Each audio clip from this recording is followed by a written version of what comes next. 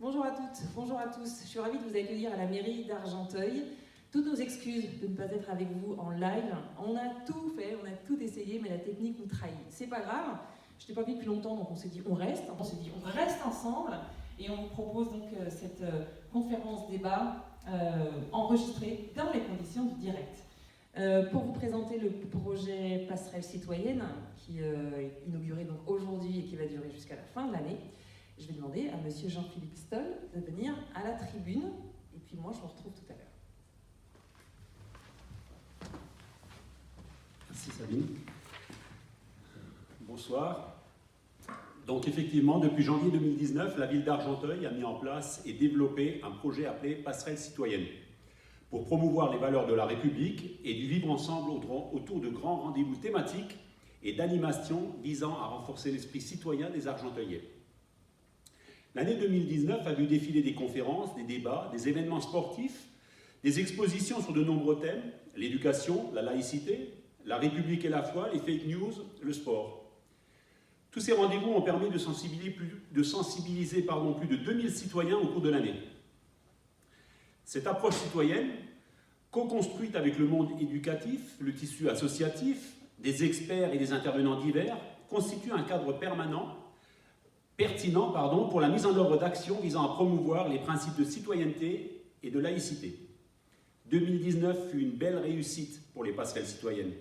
Je ne vous apprends rien, 2020 fut pour sa part beaucoup plus compliqué. La crise sanitaire a totalement désorganisé les événements et les priorités de la ville qui ont été redistribuées. Cette année, donc, nous relançons les passerelles citoyennes et c'est l'influenceur et youtubeur Yacine Cistron qui est notre parrain pour cette nouvelle édition. Avec sa collaboration, nous sortons mensuellement une vidéo destinée à aborder le thème du mois tel que la liberté d'expression, la résistance, les passerelles sportives, l'engagement citoyen ou encore la laïcité. Ce soir, nous allons assister à notre première conférence sur le thème du mois, les fake news, avec de grands invités. Monsieur Fabrice d'Almeida, professeur d'université, historien et spécialiste de la propagande. Monsieur Frédéric Crotta, grand reporter et très fin connaisseur des fake news. Monsieur Shems Akrouf, directeur de la sécurité et de la prévention au sein de la mairie d'Argenteuil. Je vous souhaite une bonne conférence à tous et vous laisse entre les mains de notre animatrice pour cette table ronde, Madame Sabine Quindou. Merci beaucoup. Alors en fait, je reviens là juste pour vous faire un petit coucou parce que je vais partir de l'autre côté. Donc à partir de maintenant, vous allez m'entendre, mais pas me voir pour des raisons de distance sanitaire et pour des raisons d'axe de caméra. Voilà, mais je suis là, pas bien loin, en face de mes invités, comme ça je vois tout le monde me voit, enfin sauf les internautes, mais c'est vous qui allez parler de toute façon. Vous êtes les experts. Le thème des fake news. Il y aurait énormément de choses à dire, on n'en fera pas le tour ce soir, mais je pense qu'effectivement c'est hyper important, même si on l'aborde avec humilité, de bien sensibiliser les gens sur ce thème-là, qui est très neuf. On a commencé à parler des fake news dans les années 90, le terme fake news même a été popularisé en 2016 par, je vous donne un mille, Donald Trump lui-même. À force de parler de fake news, c'est rentré dans le langage courant, mais je voudrais qu'on commence par définir ce que c'est qu'une fake news. Après, on verra quel impact elles ont et pourquoi on en parle aujourd'hui. Et puis, on verra comment on peut s'en protéger, comment trouver des bonnes infos et se protéger des mauvaises infos. Donc, pour commencer, une fake news, pour qu'on puisse la reconnaître, si tant est que c'est possible, c'est quoi, Fabrice? Alors, merci. Bonsoir à tous. Une fake news, en fait, c'est une information qui ressemble à une information, mais qui n'est pas une information, si on voulait s'amuser à jouer avec les mots. En fait, c'est une question qui est assez ancienne en réalité, puisqu'on s'est posé la question des rapports entre vérité et information dès le 19e siècle.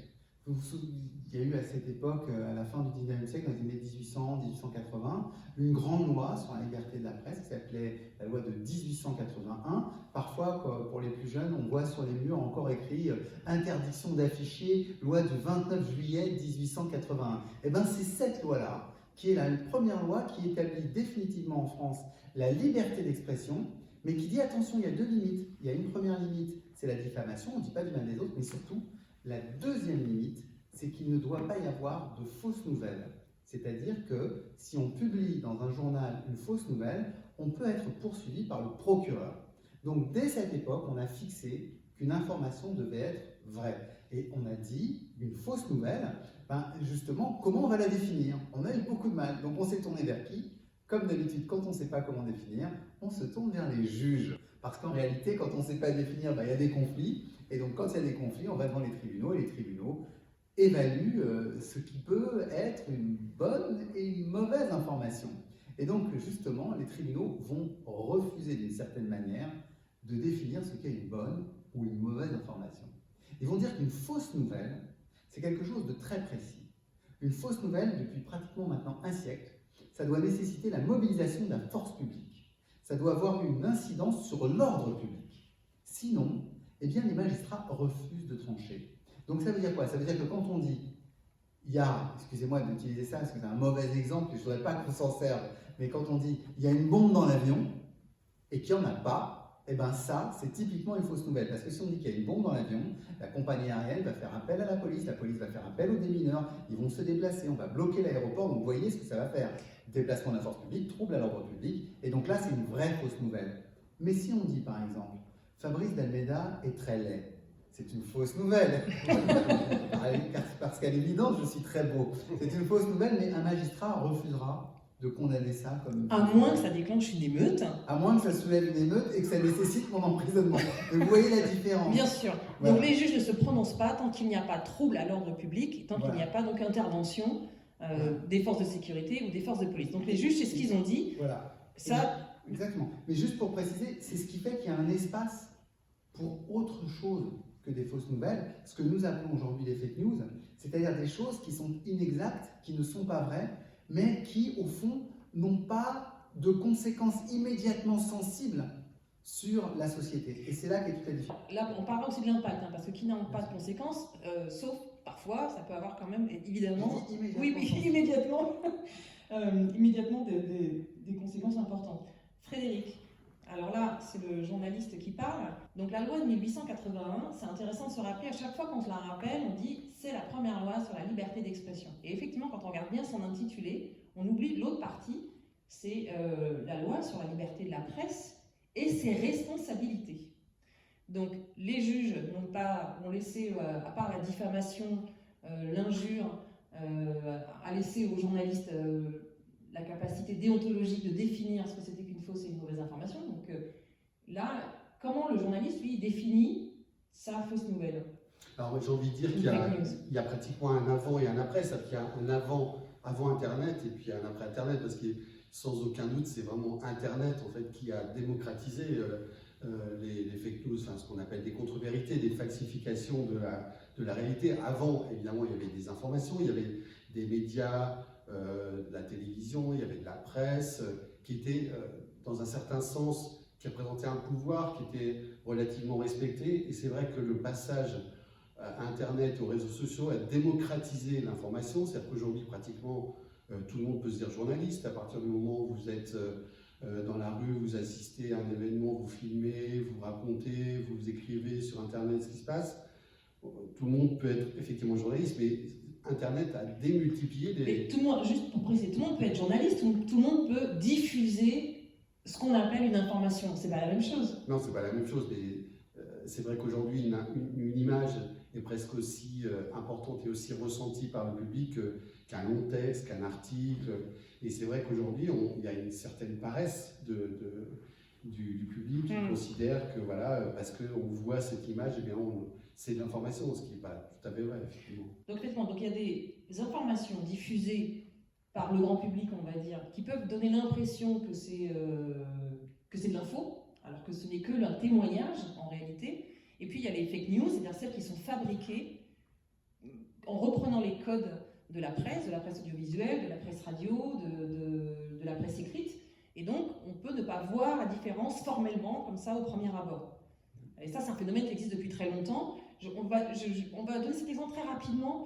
Le protocole des sages de Sion, on en a parlé, Fabrice, quand on a préparé cette conférence. C'est un texte qui sort en 1895, et censément dévoilant le complot des Juifs pour prendre le contrôle du monde via l'industrialisation et le capitalisme. Et évidemment, ça met le feu aux poudres, hein, c'est tout de suite cru. Alors c'est là aussi, ça c'est le phénomène intéressant pour les fake news. Tout le monde y croit. Hitler reprend des éléments du protocole de Sion dans Mein Kampf. Ça va alimenter la propagande du Troisième Reich. Aujourd'hui encore, ça alimente la propagande de groupes suprémacistes blancs aux États-Unis. Et pourtant, dès le début du XXe siècle, 1903-1904 de mémoire, un journal anglais, le Time, révèle la supercherie. Et on sait très vite que c'est un faux. Mais malgré tout, sachant que c'est un faux, les gens qui ont envie d'y croire continuent d'y croire en se disant il n'y a pas de fumée sans feu. Sachant qu'en plus, même ce document, et lui-même s'est inspiré en fait d'un roman en fait, donc d'un roman français, le dialogue de Montesquieu avec, je me souviens plus, au cimetière de Prague. Enfin, je me souviens plus. Il y a un titre entre. Bon, excusez. Là, ouais, on a c'est oublié. ma faute. Ah non, mais je peux le retrouver parce que je l'ai dans mes grandes notes. Mais bon, bref, c'était un texte parodique qui expliquait comment Napoléon III voulait gouverner le monde. Et le protocole des sages sources est calqué sur ce document.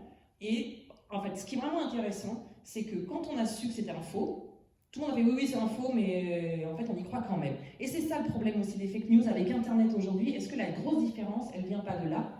C'est qu'avec les algorithmes, avec les moteurs de recherche qui vous proposent en permanence ce que vous cherchez déjà, vous êtes de plus en plus convaincu parce que vous allez passer de fake news en fake news.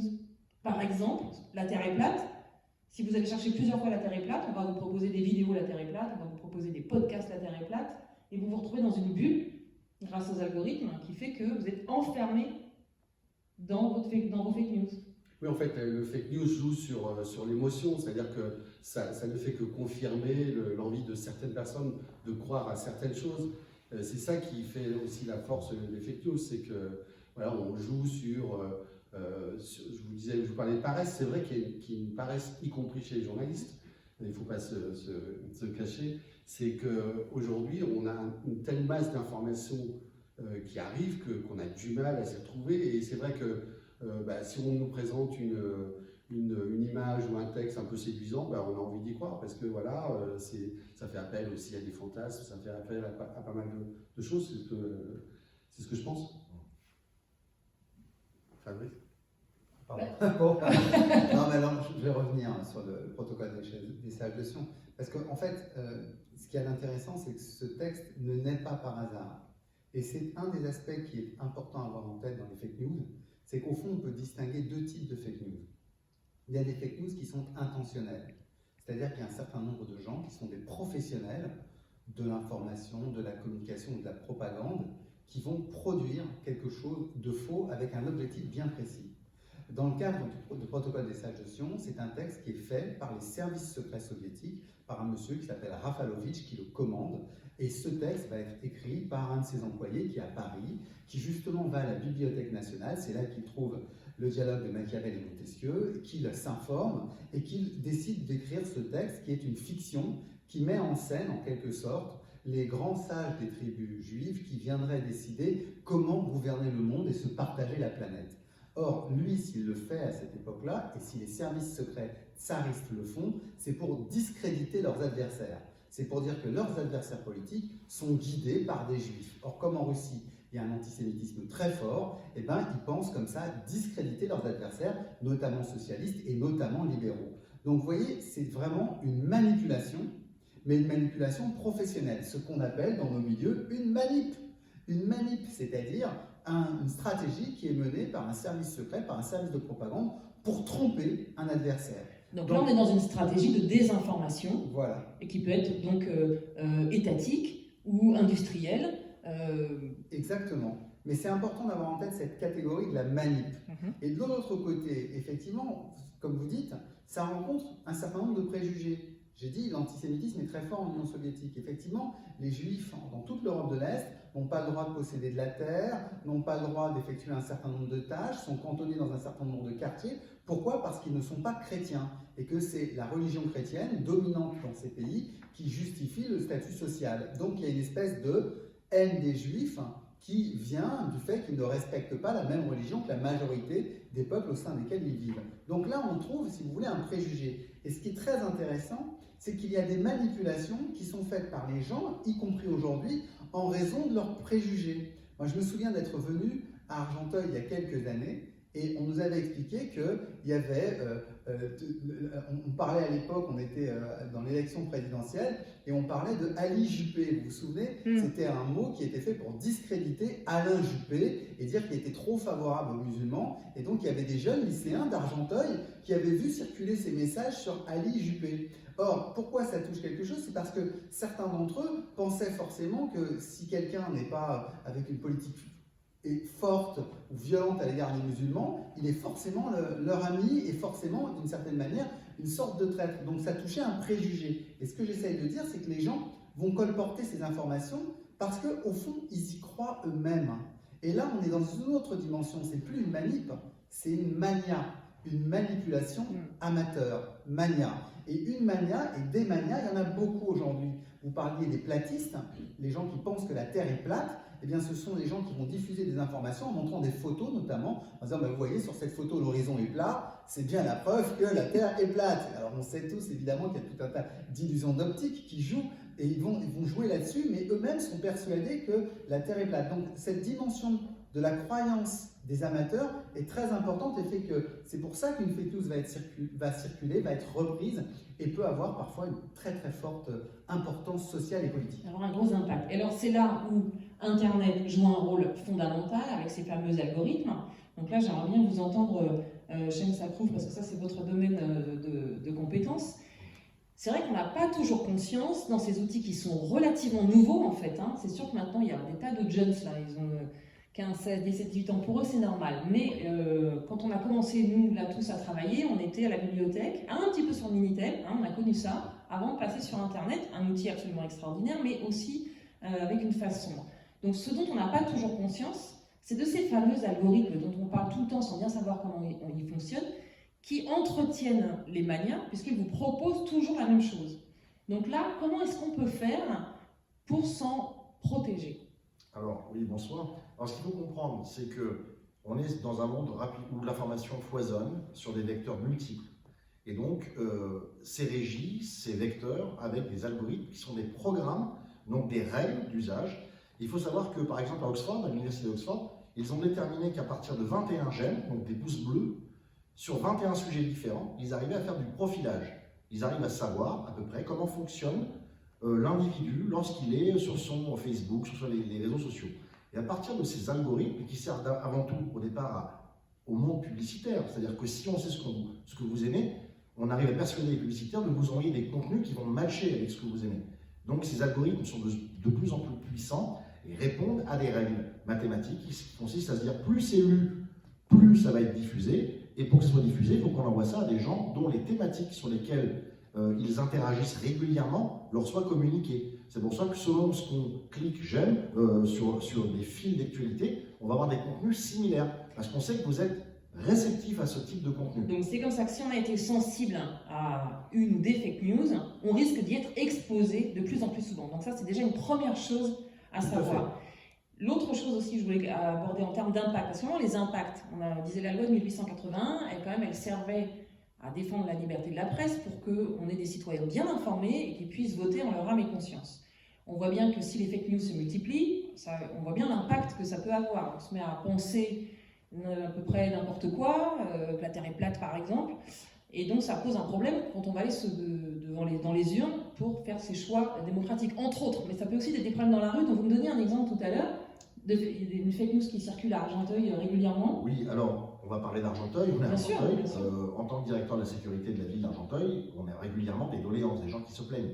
Et lorsqu'on fait le focus sur de la propagande ou des gens qui sont honnêtes au moment de relayer une information, on a toujours la camionnette blanche qui apparaît dans les signalements avec des jeunes filles, des jeunes garçons qui sont potentiellement en danger parce qu'ils vont être kidnappés.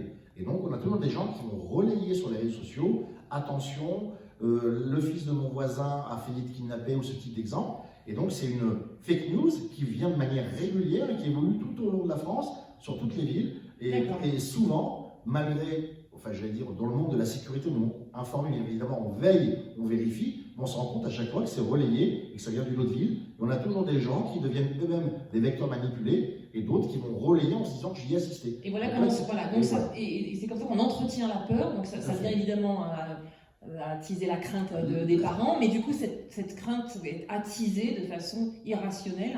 Tout à fait. Au bout d'un- Et comme l'a dit le professeur Ok. Dalbeda, on est parfois sur des gens qui recherchent un effet recherché. L'objectif, c'est non seulement de créer la peur, discréditer parfois l'équipe qui est en place, donc à chaque fois, ça répond à un besoin, à une stratégie. On a des vecteurs multiples avec des gens qui vont plus ou moins, on l'a vu avec les gilets jaunes, où on allait relayer des informations. Pourquoi? Parce qu'il est difficile de vérifier la source initiale. Alors voilà, le mot magique.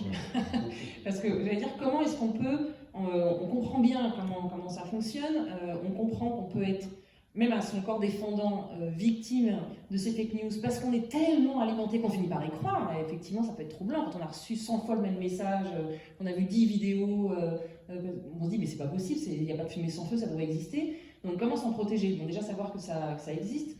On voit que la loi, elle n'est pas tout à fait adaptée, puisque les juges considèrent que ça relève du domaine privé. En fait, tant qu'il n'y a pas de trouble à l'ordre public, c'est à nous, citoyens, d'être vigilants sur l'information qu'on consomme. Alors, il y a eu d'autres lois. Pardon? Il y a eu d'autres lois depuis. Oui, alors, sans micro, ça marche pas. Avec masque et sans micro, c'est très dur. C'est vrai qu'avec le masque et sans micro, ça va être difficile pour les uns et les autres de m'entendre. Non, mais il y a eu d'autres lois depuis. On a eu une loi de lutte contre les fake news, des lois contre la violence en ligne. Enfin voilà, il y a quand même d'autres textes qui sont venus essayer de combler la lacune de la loi de 1881. Sur les 3 dernières années, il y en a eu plusieurs, il y en a eu au moins 2. Oui, mais c'est par exemple celle de 2000, la dernière, celle de 2019, par exemple pour les propos injurieux, parce que c'est compliqué, ça, légiférer sur les propos injurieux sur Internet, elle a été presque totalement invalidée par le Conseil constitutionnel finalement. Donc tout ça est très complexe parce que on peut vite dire, mais on a la liberté d'expression, on a le droit de dire ce qu'on veut, comme on veut, et si les gens, on a sorti un canular et qu'ils y ont cru, tant pis pour eux. Enfin, c'est un peu, je résume, mais c'est un peu ce qui se passe. Tant que c'est un canular. Ouais, tant que c'est pas un canular.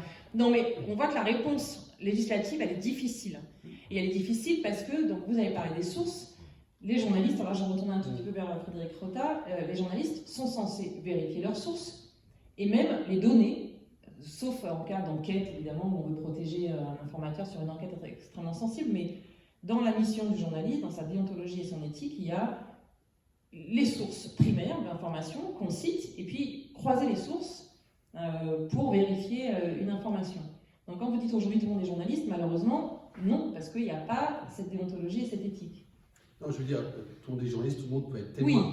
Oui, bien sûr. Témoin, mais Tout le monde peut diffuser de l'info. C'est vrai que le développement des fake news transforme complètement ce métier. C'est-à-dire qu'avant, notre métier, c'était de vérifier les faits. Aujourd'hui, on vérifie les informations. C'est-à-dire qu'on vérifie les sources. On est obligé maintenant de faire en amont un travail sur d'où vient cette information, qui la donne, pourquoi on la donne.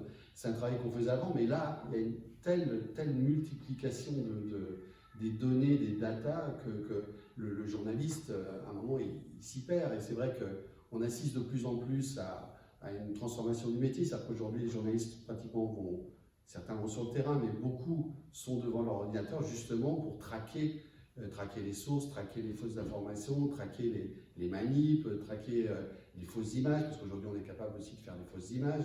Voilà, donc c'est un métier qui se transforme, et j'ai envie de dire, il faut aussi que dans la population, on puisse développer l'éducation aussi des gens. C'est-à-dire qu'il faut aussi que les gens se rendent compte, c'est quoi aujourd'hui être journaliste.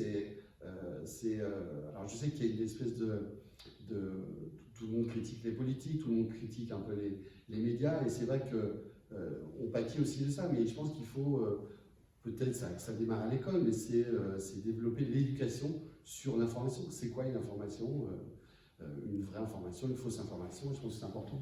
Alors c'est vrai que tous ces outils sont, on l'a dit, hein, c'est très nouveau, Internet c'est vraiment très nouveau, donc nous-mêmes, notre génération, n'était pas tout à fait armés pour voir comment ça évolue. Enfin, heureusement qu'il y a des chercheurs comme nous pour regarder de près, et du coup la génération qui arrive maintenant, hop, elle plonge dedans directement avec relativement peu d'éducation. Alors je suis allée sur le site Métavision du gouvernement que vous m'avez conseillé, Frédéric Rota. De France Télévisions. Hein. De France Télévisions ? Ouais. Ah oui, pardon.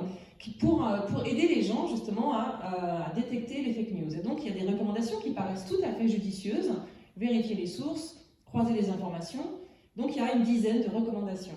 Alors ça veut dire qu'aujourd'hui il faudrait que, dites-moi si vous êtes d'accord avec ça, qu'il faudrait donc être éduqué à la lecture de l'information sur le net, qu'il faudrait accepter l'idée que ça demande un petit effort et qu'on ne peut plus comme on consommait, je sais pas, un journal télévisé ou une enquête en se disant qui l'a fait, est-ce que c'est un journaliste que je considère comme sérieux, oui, donc j'écoute ce qu'il me dit, il faudrait avoir cette lecture-là maintenant qui demande un petit effort. Oui, mais surtout il faut que les gens ne se replient pas sur leurs avis, leurs opinions, leurs pensées. Il faut que les gens n'aient pas peur d'aller sur des opinions complètement différentes, d'aller lire des journaux avec lesquels ils ne sont pas forcément d'accord, d'aller sur des sites sur lesquels ils ne sont pas forcément d'accord. C'est aussi se remettre en cause, c'est remettre en cause son mode de fonctionnement, de pensée, de recherche d'information. C'est vrai que ça demande un effort, parce que c'est quand même plus facile de recevoir une vidéo marrante avec un petit message qui peut, à l'occasion... Oui, donc ça veut dire vigilance. Oui, il faut vraiment de la vigilance, il faut apprendre, il faut décortiquer l'information. Alors c'est vrai que ça demande du temps, même pour les journalistes, ça demande beaucoup de temps, mais si on veut échapper un peu à tous ces travers, il faut le faire. D'accord, donc il faut vérifier la source quand on tombe sur un site ou une quelconque information sur le net. Regardez la source, si possible, parce que parfois elle est anonyme. Donc si possible, regardez la source et croisez d'autres avis pour estimer la fiabilité du site et de l'information que vous recevez. C'est un premier conseil qu'on pourrait donner aux gens. Il y a aussi des réponses technologiques. Chez Saprouf, j'aimerais bien que vous entendiez là-dessus. On devait recevoir Eric Léandri, qui est conseiller à Abu Dhabi. C'est notre soir, tout va bien aujourd'hui. Donc il a développé 2 outils, pas tout seul évidemment en équipe. Le moteur de recherche Quant, qui a été qualifié par Emmanuel Macron à une époque de Google français. Donc c'est un moteur de recherche qui respecte la vie privée des gens et qui propose des occurrences, on dit neutres, hein, c'est-à-dire pas déterminées par votre profil, puisque vous n'êtes pas profilé sur ce moteur de recherche. Et puis plus récemment, alternative. Donc déjà, est-ce que c'était déjà une bonne réponse, le fait qu'on ait des occurrences neutres quand on fait une recherche et que du coup on ne tombe pas toujours sur les mêmes tendances? Oui, ce qu'il faut comprendre, c'est qu'en termes de référencement, lorsque vous tapez une recherche sur votre sur un moteur de recherche, on va citer Google, lorsque vous tapez les termes recherchés, il y a une indexation sémantique. Donc sur les termes de votre ordinateur, on va aller sur un data name system qui est un DNS et qui va en fait répertorier par rapport à votre géolocalisation les meilleures adresses de sites qui correspondent à votre demande. Donc Google a acheté par exemple les DNS. Donc non seulement ils savent ce que vous cherchez, mais qui vous êtes quand vous cherchez. Et donc par rapport à leur stratégie d'influence, de communication et de marketing, ils vont vous proposer les réponses dans les premières pages, parce qu'on va rarement à la 8e ou à la 11e page, qui correspondent à ceux qui ont payé Google pour apparaître en premier. Donc déjà, l'information, quand elle vous parvient, elle n'est pas liée à la véracité, mais à ceux qui ont le plus payé pour être au-dessus en termes de référencement. D'accord, donc elle n'est pas forcément liée uniquement à vos centres d'intérêt, à votre curiosité. Surtout pas. Surtout pas, elle est liée à ce que Google a envie de vous refourguer, pour parler clairement. Pour parler grossièrement, ouais. Donc, les outils de moteur de recherche qui ne prennent pas vos données et qui n'utilisent pas le marketing à des finalités stratégiques pour vous faire apparaître devant votre recherche ceux qui ont payé le plus Google. Donc il y a Quant, qui est une initiative qui a été développée par Eric Léandri et qui depuis a évolué sans Eric Léandri et qui permet non seulement de protéger vos données, lorsque vous tapez une recherche, vous donnez de l'information Google. Si je veux savoir par exemple quel est l'hôpital le plus proche ou par exemple quels sont les symptômes pour tomber enceinte, eh ben, avec mon ID, mon identifiant, non seulement on me géolocalise, on sait qui je suis, parce que Google me propose Alors, aussi la votre messagerie. ID, il faut juste pour expliquer pour ceux qui... Mon identifiant, C'est l'identifiant, mon c'est IP. C'est le numéro de votre appareil. Tout à fait. C'est-à-dire que ce soit une tablette, un ordinateur ou un téléphone. Tout à fait. Donc on sait de cette source-là Voilà. les informations. En cherchant de l'information, je leur en donne. Voilà. Et donc, on a l'exemple, par exemple, où un monsieur est parti dans un centre commercial avec, vous savez, les cartes pour bénéficier de réduction, et régulièrement, il obtenait des cadeaux. Et un jour, au lieu de recevoir sa petite bouteille de vin, il a reçu un pack pour jeunes bébés. Donc, il a été se plaindre au magasin. On lui expliquait que ce n'était pas le magasin qui gérait les abonnements cadeaux liés à la carte de fidélité, et que la boîte couche et bébé pour nouvel enfant, c'était pas eux. Et quelques mois plus tard, il est revenu au même magasin en disant « Ma fille, qui a que 16 ans, elle est enceinte. Comment vous le saviez ?»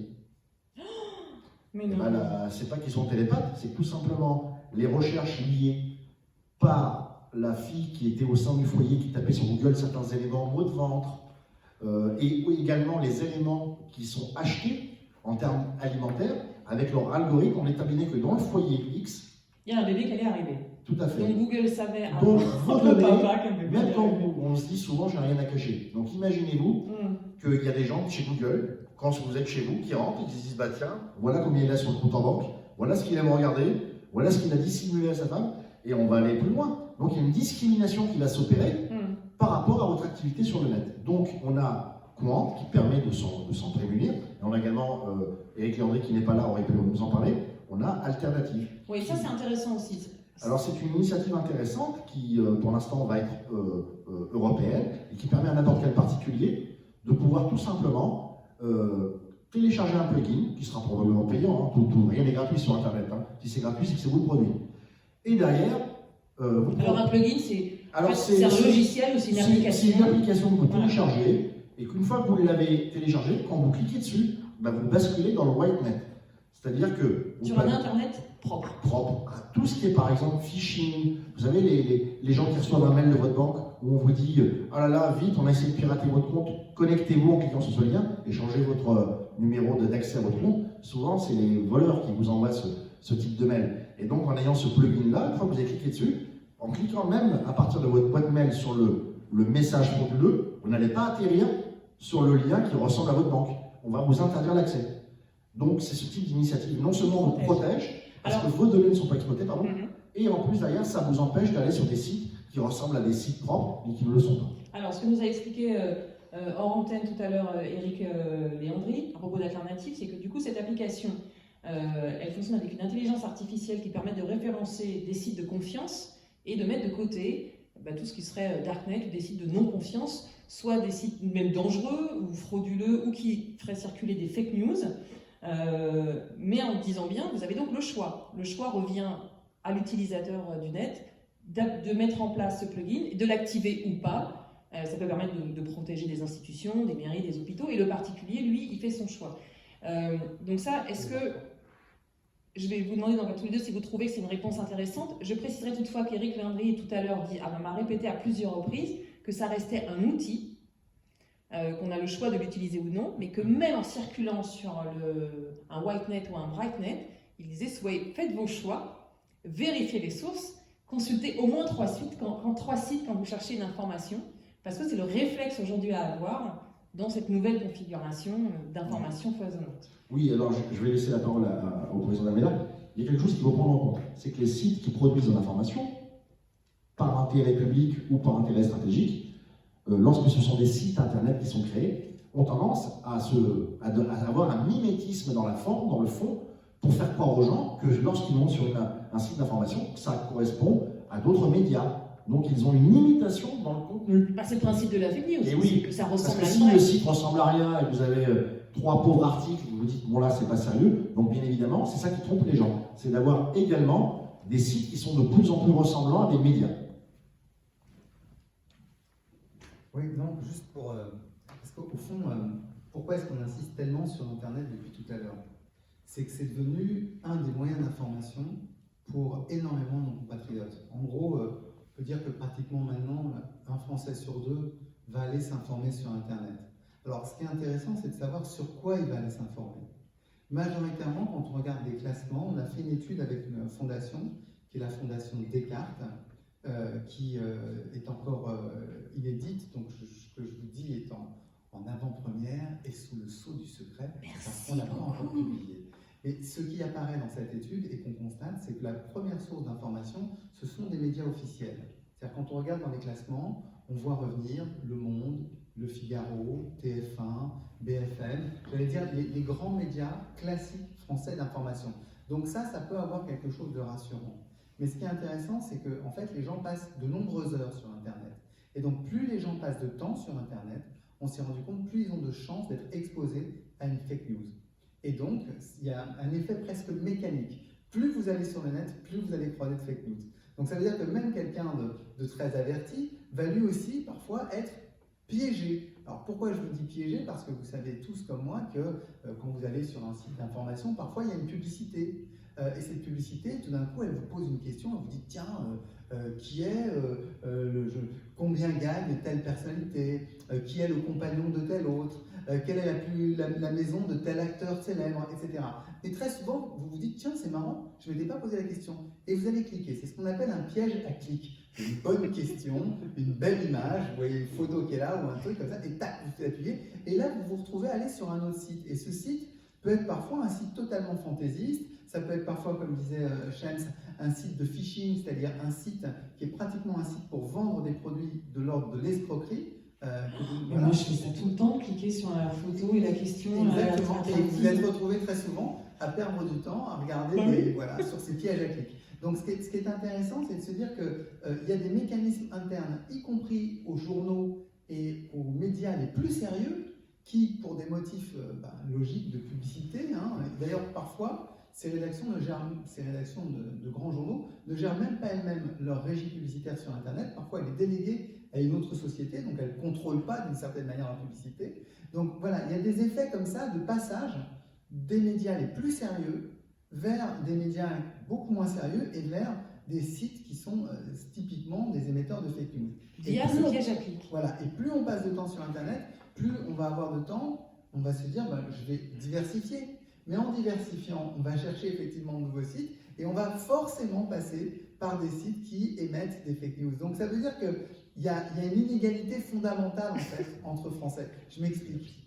Un Français comme moi, qui a fait des études longues, qui a des revenus plutôt confortables, etc., qui a une culture d'une certaine ampleur, a des réflexes d'une certaine manière de remise en cause de l'information qu'il lit. Il peut se laisser prendre dans un piège à clics, mais ensuite, assez rapidement, il va se dire « Ah ben non, je ne veux pas investir à tel endroit, je ne veux pas faire telle chose. » Visiblement, c'est n'importe quoi. Parce qu'il a ce matelas-là d'éveil, de sécurité, d'attention. Or, il y a un certain nombre de nos compatriotes qui n'ont pas eu cette chance-là. Il y a un certain nombre des habitants en France qui n'ont pas eu la chance ni d'avoir des études poussées, ni d'être dans un bain critique, et donc qui se retrouvent en fait, j'allais dire un peu naïvement, embringués. Alors ça ne veut pas dire qu'ils ne s'éduquent pas eux-mêmes. C'est-à-dire qu'au bout d'un moment, eux-mêmes, soit ils vont rentrer vraiment dans le régime de la fake news et ça va devenir chez eux un régime de croyance, et à ce moment-là, ils ne vont pas en sortir, soit eux-mêmes vont se dire « mais enfin, je me suis déjà fait piéger une fois, je ne vais pas répondre de la même manière que pour reprendre les messages que les uns et les autres vous avez eus sur un ami qui vous envoyait un message en vous disant « je suis en Côte d'Ivoire, j'ai besoin de toi, je ne peux pas revenir, je n'ai pas d'argent ». Et il vous est arrivé sûrement une fois de répondre parce que vous vous êtes dit « ah tiens, peut-être qu'il est parti en vacances là-bas, Shams ». Je ne sais pas. Et en fait, vous vous êtes rendu compte à la réponse qui était complètement décalée, qui montrait que visiblement la personne ne vous connaissait pas, que vous aviez affaire à une escroquerie. Eh bien, vous n'allez pas vous faire avoir deux fois. Donc, sauf que, j'espère que personne ne part en vacances dans un pays dangereux, parce que sinon ça risquerait que vous ne lui portiez pas secours. Enfin bref, vous voyez ce que je veux dire. Donc, ils finissent par s'éduquer eux-mêmes, mais c'est plus lent. Et souvent, ils sont victimes de 2 ou 3 effets collatéraux. Alors, il peut y avoir les effets économiques, on n'en a pas encore parlé. On peut perdre de l'argent. Et chaque année, il y a à peu près 1 400 000 escroqueries par Internet qui sont dénoncées en France. C'est-à-dire que c'est des gens qui ont donné parfois des petites sommes, qui peuvent être 5 ou 10 euros, mais ça peut être parfois des sommes beaucoup plus importantes. Peut-être certains d'entre vous ont déjà vécu ça, quand sur leur écran d'ordinateur s'allume une fenêtre qui dit « Votre ordinateur vient d'être piraté, si vous ne payez pas immédiatement 10 euros, vous n'en aurez pas le contact. » Et il y a un certain nombre de gens qui ne sont pas alertés, ne connaissent pas ces choses-là, qui payent. Voilà. Et puis ensuite, il y a les effets pour notre démographie, ceux dont on parle beaucoup. C'est-à-dire qu'en fait, ça peut vous faire rentrer une certaine conception, une certaine vision du monde, ou un certain dénigrement sur un homme politique. J'ai parlé tout à l'heure du cas Juppé, qui fait que vous allez modifier votre vote. Donc c'est pour ça qu'il y a une attention, et c'est pour ça qu'on a une difficulté par rapport à une partie de la population qui est assez importante, qui représente, suivant les estimations, certains disent 20%, d'autres montent jusqu'à 40% de la population française, qui serait plus ou moins fragile, friable aux questions des fake news et aux questions du complotisme, puisque souvent les études qui ont été faites sont des études conjointes sur ces 2 questions. Mais alors du coup, parce que même 20% ce serait déjà terrible, si ce n'était que 20%, c'est de toute façon beaucoup. Du coup, Frédéric, les journalistes dans ce nouveau contexte-là, donc on comprend bien qu'il peut y avoir des solutions technologiques, il y a des solutions d'éducation et de réduction des inégalités pour essayer de limiter l'impact des fake news. Les journalistes qui se retrouvent noyés dans ce monde-là, comment est-ce qu'ils peuvent intervenir? Ce n'est pas leur mission à tous, mais comment est-ce qu'ils peuvent intervenir? Est-ce qu'il faut que le journaliste modifie, pour préciser ma question, modifie leur façon de travailler, ce qui est déjà le cas, vous le disiez, ils vont un peu moins sur le terrain, eux-mêmes s'informent sur Internet. Mais est-ce que dans la façon, puisqu'ils ont été copiés par les fabricants de fake news, est-ce qu'ils peuvent modifier leur façon de travailler pour gagner en crédibilité et se distinguer des fake news makers. Alors moi, j'ai envie d'être un peu radical parce que je pense qu'il faut que les journalistes d'une part, mais aussi les utilisateurs d'Internet partent en guerre. C'est une véritable guerre contre les algorithmes. Ce n'est pas une guerre contre Internet, c'est une guerre contre ces algorithmes qui décident, qui façonnent le consommateur, d'informations. Aujourd'hui, Shems l'a expliqué, que c'est très facile de savoir ce que tel individu pense ou pas. Et je pense que le travail du journaliste, justement, de proposer autre chose, d'essayer de se débrouiller pour ne pas rentrer dans cette espèce d'enfer qui est Google et tous les autres acteurs d'Internet, parce que c'est très compliqué. Quand vous lancez par exemple un site d'info indépendant, il faut de l'argent pour faire un site d'info indépendant. Donc vous avez besoin d'Internet, vous avez besoin de Google qui parfois peut vous payer en publicité ou vous référencer d'une bonne manière. Il suffit par exemple qu'un jour vous fassiez un papier qui déplaise à Google, à monsieur Google, et là vous êtes déréférencé. C'est-à-dire que vous pouvez très bien voir votre site disparaître. Et c'est ça, c'est une guerre en fait qu'il faut livrer. Alors c'est une guerre avec... Donc c'est toujours la même guerre pour l'indépendance. Elle change de terrain, mais c'est toujours la même guerre pour l'indépendance de la presse, qu'elle soit dépendante du politique ou dépendante de grands groupes économiques, et là maintenant dépendante de... Alors pour lutter contre les fake news, il faut retrouver ce travail qui est un travail fastidieux du journaliste, c'est la vérification des sources, en sachant qu'il y a une multitude de sources aujourd'hui et que voilà, il faut travailler pour vérifier. Il faut travailler. Dernière question, et puis on pourrait en parler toute la nuit du sujet, mais dernière question. Finalement je suis maintenant vigilante, j'utilise Compte, j'ai téléchargé l'application alternative par exemple. Je me rends compte que je suis tombée dans un piège à clics, j'en sors en me disant ah voilà, je me suis fait avoir. Mais si je repère une fake news, quelque chose qui me paraît vraiment gros, vraiment frauduleux, ou même juste absurde, mais une histoire de camionnette blanche ou rouge ou verte, qu'est-ce que je peux faire? Est-ce qu'on peut le signaler quelque part? Est-ce qu'on peut prévenir quelqu'un?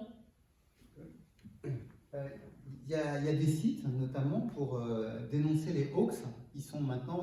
Certains existent maintenant pratiquement depuis une quinzaine d'années, sur lesquels vous allez indiquer le message reçu. Si c'est un mail que vous avez reçu, évidemment, vous avez toute l'élimination des courriels que vous connaissez, ces courriers indésirables. Mais au-delà de ça, quand même, il y a un élément qu'on n'a pas donné. Un algorithme, c'est pas un tour de magie, c'est une programmation, c'est un programme qui reçoit l'obligation d'effectuer un certain nombre d'opérations pour une action prédéfinie. Donc en gros, c'est comme si vous disiez, s'il se passe ça, alors à ce moment-là, ça, puis ça, puis ça. Donc en gros, quand on dit qu'on critique les algorithmes, c'est-à-dire qu'on sait que quand on va sur un site, eh bien, il y a un petit programme, un petit cookie, qui dit on va retenir qu'il a vu ça, puis qu'il a vu ça, puis qu'il a vu ça. Donc la prochaine fois qu'il vient, je dois lui proposer ça. C'est ce qui fait, et vous l'avez tous remarqué, que quand vous avez en général commandé quelque chose en ligne, sans passer par l'option fenêtre privée, eh bien en général, vous vous retrouvez à avoir cette même chose qui va vous être reproposée une nouvelle fois. C'est ce qui fait que moi, une fois, j'ai acheté mon vélo électrique en ligne. Résultat, pendant 3 mois, à chaque fois... On vous a proposé tous les nouveaux modèles. Exactement, on proposait des vélos électriques. Et c'est ce qui fait aussi, qui a fait beaucoup couler d'encre, que quand une jeune femme commandait en ligne un voile, immédiatement, on lui proposait toute une panoplie de produits pour pratiquants musulmans. Donc, je dis ça parce que ça vous renforce au fond dans ce que vous êtes.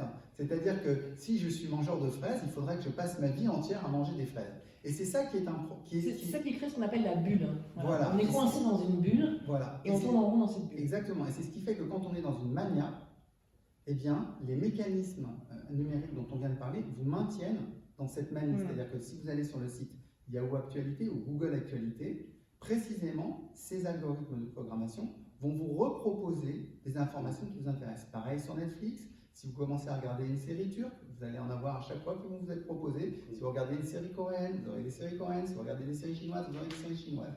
Je le sais, j'en regarde. Et j'ai du mal maintenant à retrouver une programmation qui me propose tout simplement du cinéma d'auteur français. Donc voilà, je vous signale ça parce que c'est intéressant d'avoir ces définitions. Et au fond, ça nous invite à utiliser des outils très simples. À chaque fois qu'on vous dit est-ce que vous acceptez les cookies, eh ben, vous pouvez refuser les cookies. Vous savez, maintenant, c'est devenu une obligation. Donc vous pouvez cliquer, ça vous demande un petit peu de temps, mais ça vous permet d'éviter d'être suivi par le site que vous avez visité. Ouvrez les fenêtres de navigation privée. Pourquoi je le conseille? Parce que la fenêtre de navigation privée, par exemple, quand vous commandez un billet de train ou quand vous commandez un billet d'avion, si vous êtes en fenêtre de navigation normale, le site va conserver la consultation que vous avez faite et va vous reproposer le même voyage, mais cette fois-ci avec un prix plus élevé. Donc il faut le savoir parce que ça a des incidences.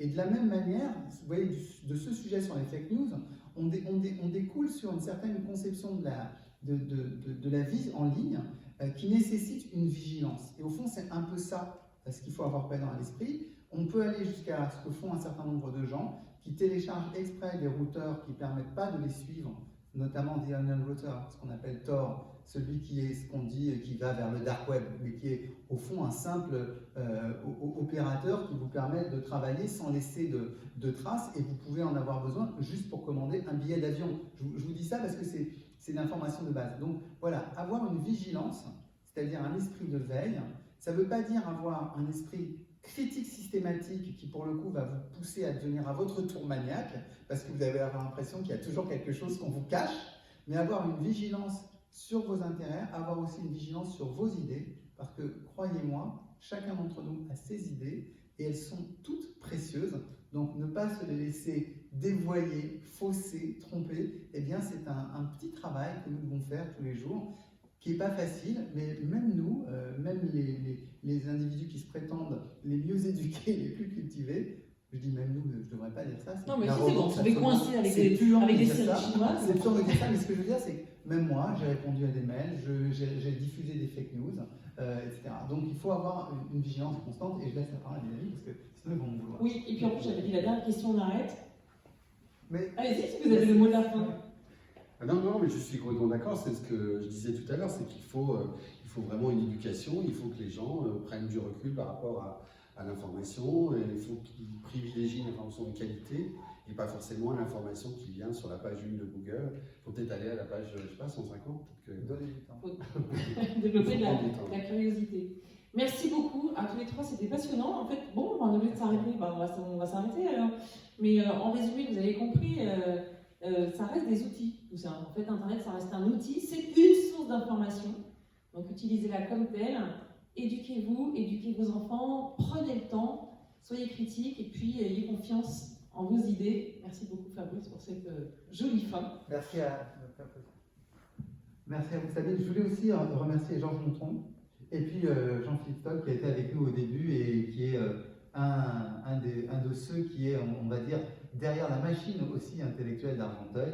Et merci à Sainte-Sacrouf de cette invitation et à Frédéric Croda d'avoir si bien répondu. Merci à vous, Sabine. C'est super d'avoir un homme de télé avec toi sur le plateau parce que comme ça, on fait la moitié du boulot. Voilà. Merci beaucoup à vous et à très bientôt. Bonne fin de soirée.